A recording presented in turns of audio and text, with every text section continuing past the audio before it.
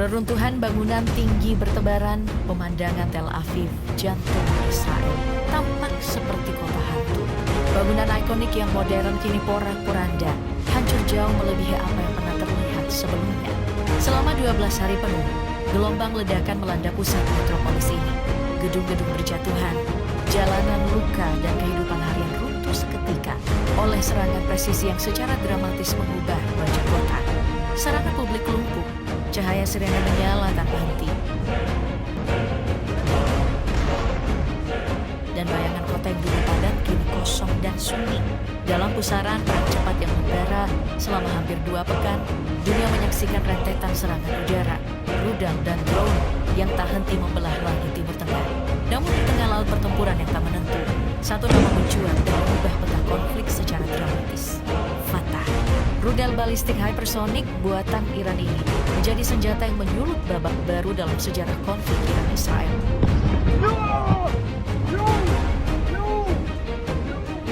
Bukan hanya karena kecepatan yang melesat 5 kali kecepatan suara, atau karena teknologi manuver canggihnya yang menembus sistem pertahanan Israel, tapi karena satu kenyataan pahit yang tak bisa diingkari. Fatah menghancurkan Tel Aviv.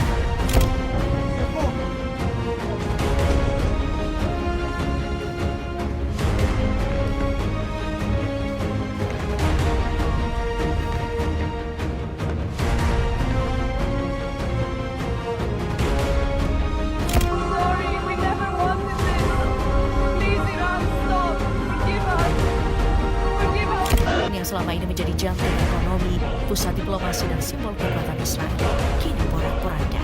Kamera drone menunjukkan bangunan roboh, jalan-jalan berdebu, dan rangka baja hangus berdiri di tempat di mana gedung pencakar langit tengah menjulang. Tel Aviv seperti lenyap, bukan karena senjata nuklir, tapi oleh rudal konvensional yang dikirimkan dengan kecerdasan militer tinggi dan niat yang sangat terukur. Kemenangan Fatah bukan hanya milik Iran, tetapi juga simbol dari perubahan paradigma perang modern.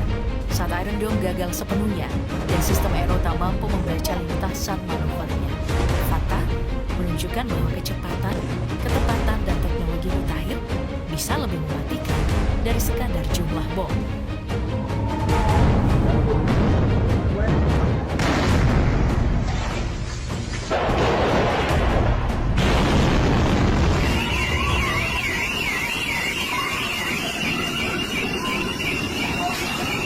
Kurang, 15 tahun yang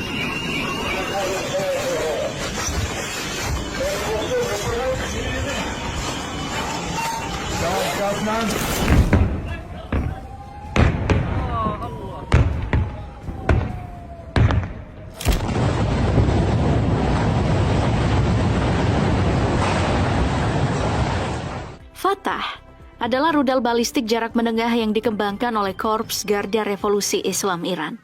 Dalam bahasa Arab, Fatah berarti penakluk atau pemberi kemenangan.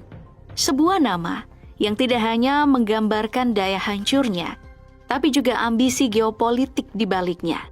Iran mengklaim Fatah sebagai rudal hypersonic, rudal yang mampu melaju lebih dari 5 kali kecepatan suara dan mampu melakukan manuver kompleks untuk menghindari sistem pertahanan udara.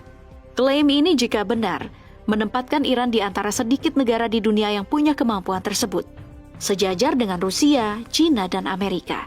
Tapi Fatah bukan cuma soal kecepatan, ini adalah pesan bahwa Iran tak lagi bermain di medan bayangan. Kini mereka memilih jalur terang dan menembak langsung.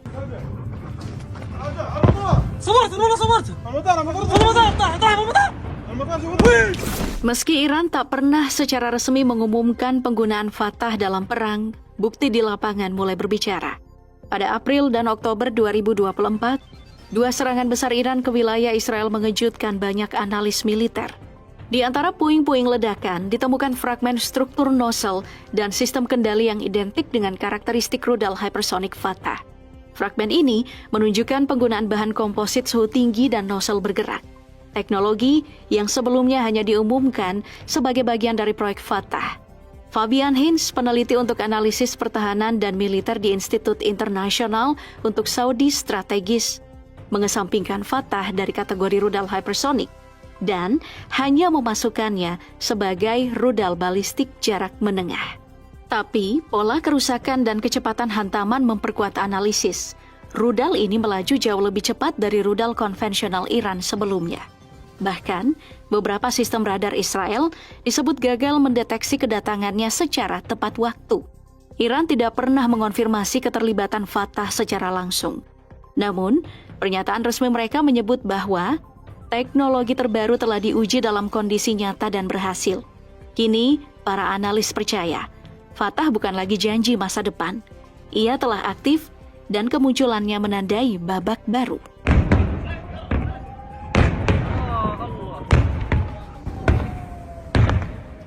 Rudal Fatah bukan sekadar senjata. Ia adalah hasil dari evolusi panjang teknologi balistik Iran. Dirancang untuk satu hal, menembus pertahanan musuh sebelum musuh sempat merespon. Secara teknis, Fatah adalah roket berbahan bakar padat 2 tahap dengan sistem pemandu presisi. Jangkauannya mencapai 1.400 km dengan kecepatan luar biasa, antara Mach 13 hingga Mach 15. Itu artinya dari Iran ke Tel Aviv, rudal ini cuma butuh sekitar 400 detik. Klaim ini bukan sekadar retorika. Saat peluncurannya, kecepatan dan jangkauan ini jadi titik tekan utama dalam pesan strategis Iran. Fatah mampu membawa hulu ledak hingga 200 kg. Cukup besar untuk muatan konvensional dan sangat mencemaskan jika dikaitkan dengan potensi pengembangan nuklir Iran. Jika program nuklir Iran berlanjut dan dilepaskan dari kendali, maka Fatah bisa jadi pengantar paling mematikan yang dimiliki oleh Republik Islam ini. Keunggulan Fatah tidak berhenti di sini. Rudal ini dirancang untuk diluncurkan dari berbagai platform, termasuk kapal perusak Damavand kelas Moch, sebuah langkah yang memperluas jangkauan dan fleksibilitas operasionalnya, terutama dalam strategi laut ke darat. Tapi yang paling mencolok adalah sistem manuvernya. Pada tahap kedua, Fatah dilengkapi dengan nozzle bergerak, memungkinkan rudal untuk bermanuver secara lateral, vertikal, bahkan berputar di luar angkasa. Teknologi ini bukan cuma soal kendali, tapi soal bertahan dari intersepsi. Saat mendekati target, rudal ini aktif dan menggunakan Maneuverable Re-entry Vehicle, sebuah sistem yang memungkinkannya mengubah arah secara tiba-tiba saat memasuki kembali atmosfer bumi. Ini menjadikan Fatah jauh lebih sulit untuk dicegat oleh sistem pertahanan manapun, bahkan oleh sistem sekelas Iron Dome atau Arrow 3. Dan saat ia melaju di atmosfer atas, rudal ini menciptakan partikel super panas di sekitarnya. Efek ini pun mengacaukan sistem radar dan komunikasi, membuat Fatah seolah menghilang dari layar, sebelum akhirnya menghantam target dengan kecepatan yang tak terbayangkan.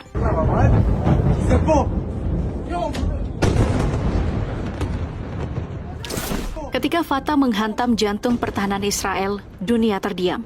Untuk pertama kalinya, Iran membuktikan bahwa ia mampu menyerang langsung, bukan lagi mengandalkan proksi.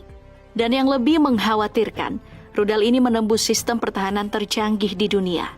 Amerika Serikat merespon dengan mengerahkan tambahan sistem THAAD dan jet tempur siluman ke kawasan, yang berakhir dengan serangan Amerika Serikat ke Fordo, Isfahan, dan Natanz. China menyebutnya sebagai awal dari realitas baru, sementara Rusia menyebutnya sebagai bukti bahwa kekuatan regional seperti Iran kini bisa menantang status quo global. Di Timur Tengah, negara-negara Teluk mulai meragukan jaminan keamanan yang selama ini mereka andalkan. Jika Israel diserang sedemikian rupa, siapa yang benar-benar aman? Serangan Fatah bukan sekadar pesan militer, tapi pergeseran keseimbangan geopolitik. Ia memaksa dunia untuk menerima satu kenyataan baru. Iran tidak lagi berbicara lewat orang lain. Ia kini berbicara langsung dengan kekuatan yang tak bisa diabaikan.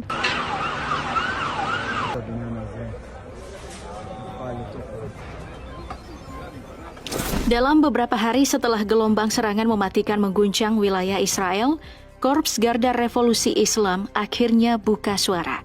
Mereka mengonfirmasi rudal hypersonic Fatah 1 telah diluncurkan langsung ke arah Israel dalam operasi True Promise 3. Ini bukan serangan sembarangan. Iran menyusun strategi serangan berlapis, dimulai dengan drone dan rudal balistik konvensional untuk memancing respon sistem pertahanan Israel. Setelah sistem aktif, Fatah pun dilepaskan.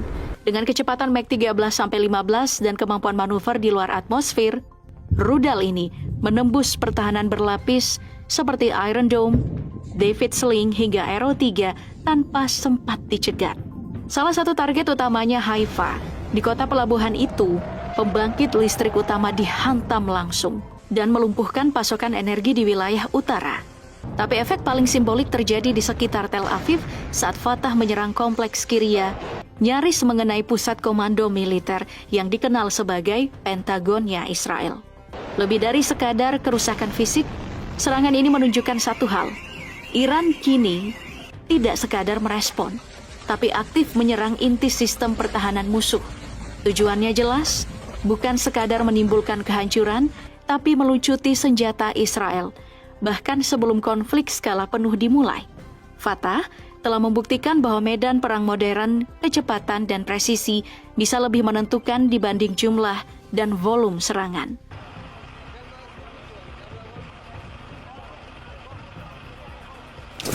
Selama bertahun-tahun, Iran memilih berada di balik bayang-bayang, menyokong proksi, menyuplai senjata, melatih milisi. Tapi serangan ini adalah sesuatu yang berbeda. Untuk pertama kalinya, Iran berbicara sendiri dan langsung, tanpa perantara, tanpa sandi. Hanya sebuah rudal bernama Fatah yang melesat menembus langit dan membungkam keraguan. Ini bukan sekadar serangan balasan. Ini adalah peringatan terbuka. Jangan bermain dengan kedaulatan kami. Dan Israel yang selama ini merasa aman di bawah payung sistem pertahanan berlapis, kini harus menghadapi kenyataan baru, bahwa dalam era rudal hypersonic, Iron Dome bukan lagi jawaban. Arrow 3 bisa terlambat, sensor bisa tertipu. Ketika Amerika memilih untuk mengambil jarak, Israel seperti kehilangan perisainya. Dan kini dengan ancaman seperti Fatah, mereka tak punya pilihan selain kembali mendekat ke Washington, bukan sebagai mitra sejajar, tapi sebagai negara yang butuh perlindungan lebih besar. Pertanyaannya sekarang, seberapa lama benteng ini bisa bertahan sebelum senjata generasi baru menghancurkan segalanya? Fatah tidak sendiri. Tel Aviv sebegitu hancurnya karena beberapa rudal mematikan lainnya dari Iran.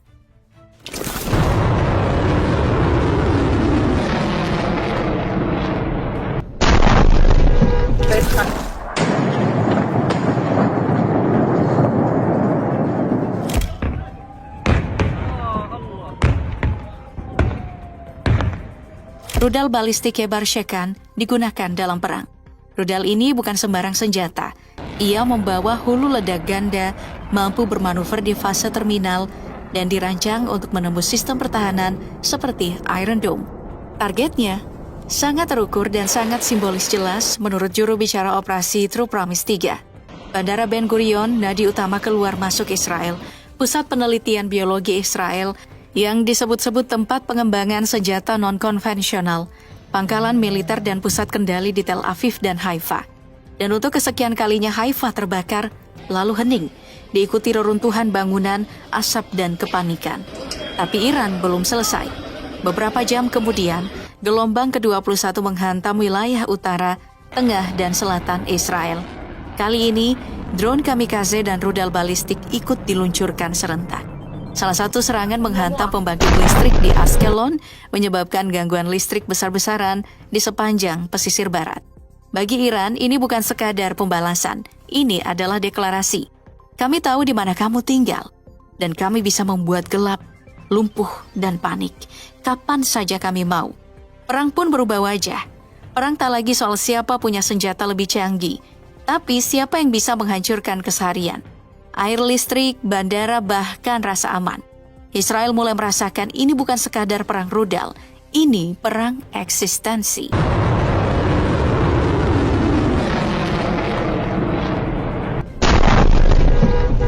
Tapi, Iran belum sempat merayakan keberhasilan serangannya. Israel langsung membalas.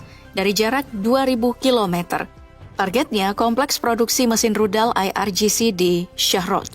Fasilitas ini bukan target biasa. Disinilah Iran merancang produksi ribuan rudal permukaan ke permukaan untuk tahun-tahun ke depan. Dengan satu serangan presisi, Israel mencoba menggagalkan ambisi jangka panjang Iran dalam memperluas kekuatan rudalnya. Tapi itu baru permulaan. Israel melanjutkan dengan serangan ke 6 bandara militer di Iran mulai dari barat, tengah, hingga timur. Landasan pacu pun dihancurkan. Hanggar bawah tanah dibom. Pesawat F-14, F-5, AH-1 dan tanker bahan bakar dihancurkan sebelum sempat mengudara. Ini bukan hanya soal menghancurkan jet. Ini strategi melumpuhkan kemampuan lepas landas militer Iran, memastikan mobilitas udaranya sejak dari pangkalannya sendiri. Tak berhenti di situ, wilayah barat laut dan timur jadi sasaran serangan rudal dan drone. Pengumpan listrik di Teheran Utara rusak menyebabkan pemadaman luas. Gedung Federasi Bola Tangan hancur sebagian, bukan target militer tapi simbol. Kampus Syahid Beheshti dan 2 pangkalan militer di Karats dan Shar-e-Ray ikut digempur. Dan yang paling menyentak, situs nuklir Fordo kembali dihantam untuk kedua kalinya dalam 3 hari. Ini bukan hanya balas dendam, ini upaya melumpuhkan seluruh denyut kehidupan Iran.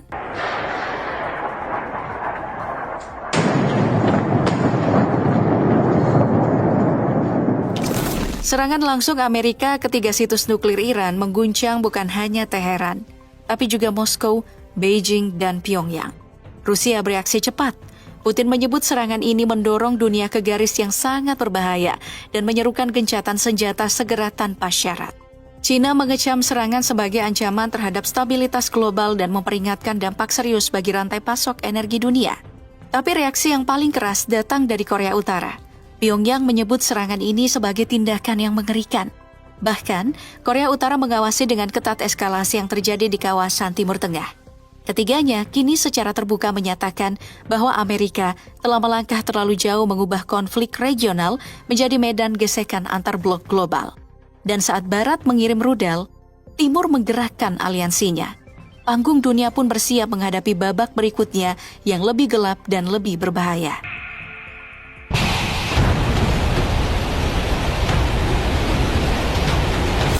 Tapi yang paling memilukan, catatan korban terus bertambah. Di Iran, lebih dari 627 orang tewas dan 4.870 lainnya luka-luka. Kebanyakan di kota-kota yang jadi target utama serangan udara, Shahrod, Karats, Isfahan, dan Teheran. Rumah sakit kewalahan, jalanan pun penuh puing.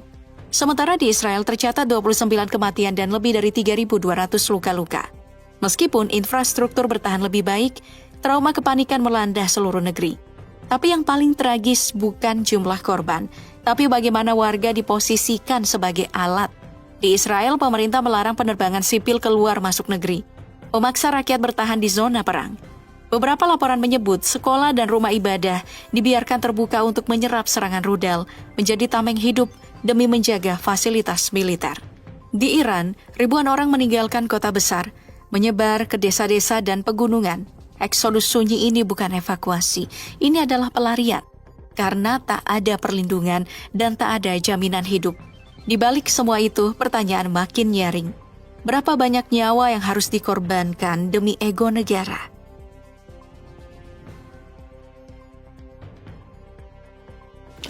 Ancaman pun silih berganti. Tapi di tengah intensitas yang terus memuncak, muncul kejutan. Setelah Iran meluncurkan rudal ke pangkalan militer Amerika Serikat di Qatar, Donald Trump tiba-tiba menyerukan perdamaian. Ia mengklaim bahwa gencatan senjata telah disepakati antara Iran dan Israel. Namun, kenyataan di lapangan berkata lain. Serangan masih terjadi. Rudal masih diluncurkan. Kota-kota masih bergetar. Di balik layar, Iran mengubah taktik. Bukan lagi penyitaan kapal tanker seperti dulu, tapi kini gangguan GPS massal. Lebih dari 1.000 kapal per hari mengalami distorsi koordinat di sekitar Selat Hormuz, jalur utama ekspor minyak dunia. Skenario ini mirip dengan taktik Houthi di Laut Merah. Taktik yang selama 1,5 tahun membuat repot Amerika dan sekutunya, dan kini akan ditiru penuh oleh Iran. Selat Hormuz mengangkut 20% dari total perdagangan minyak global. Jika jalur ini lumpuh, dunia akan merasakan dampaknya secara langsung. Harga minyak melonjak, pasokan tersendat, krisis ekonomi membayangi.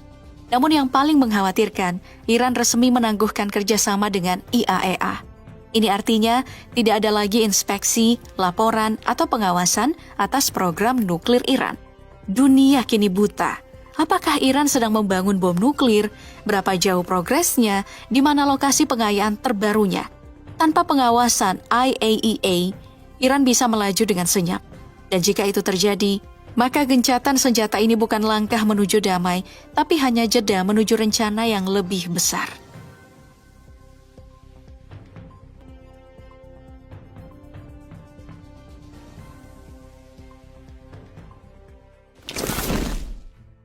Sementara Tel Aviv berkedut dalam reruntuhan, di Teheran, kepungan penasaran mewarnai wajah rakyat yang berkumpul di lapangan Enghelab dan Irada Square.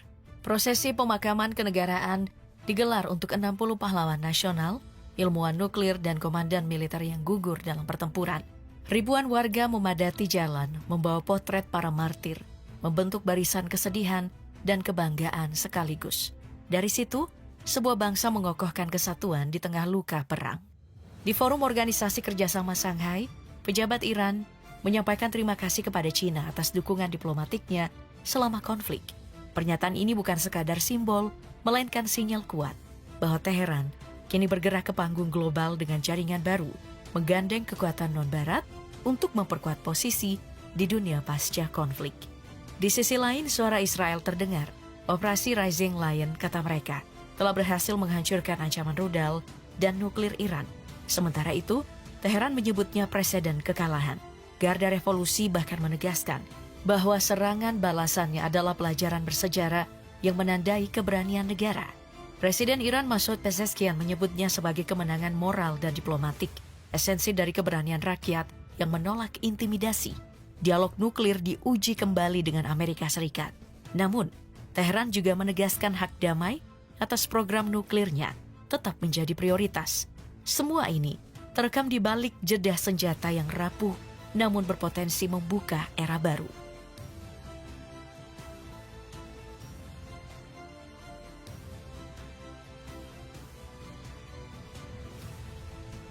Sorry, we never wanted this.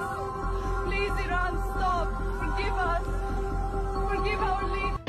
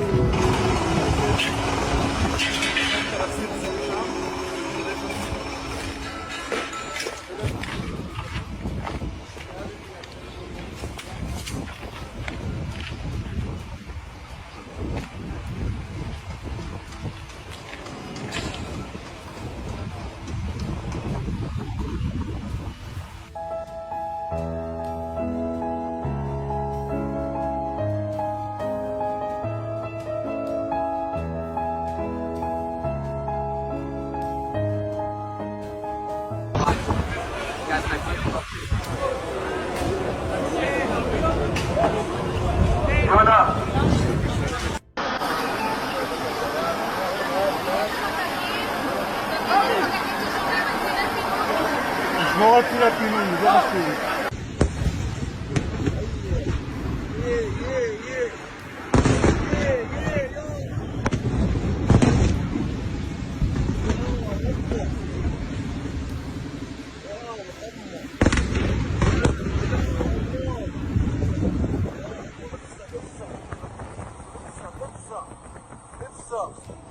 يا محمد ايه وين اروح؟ يا سلام.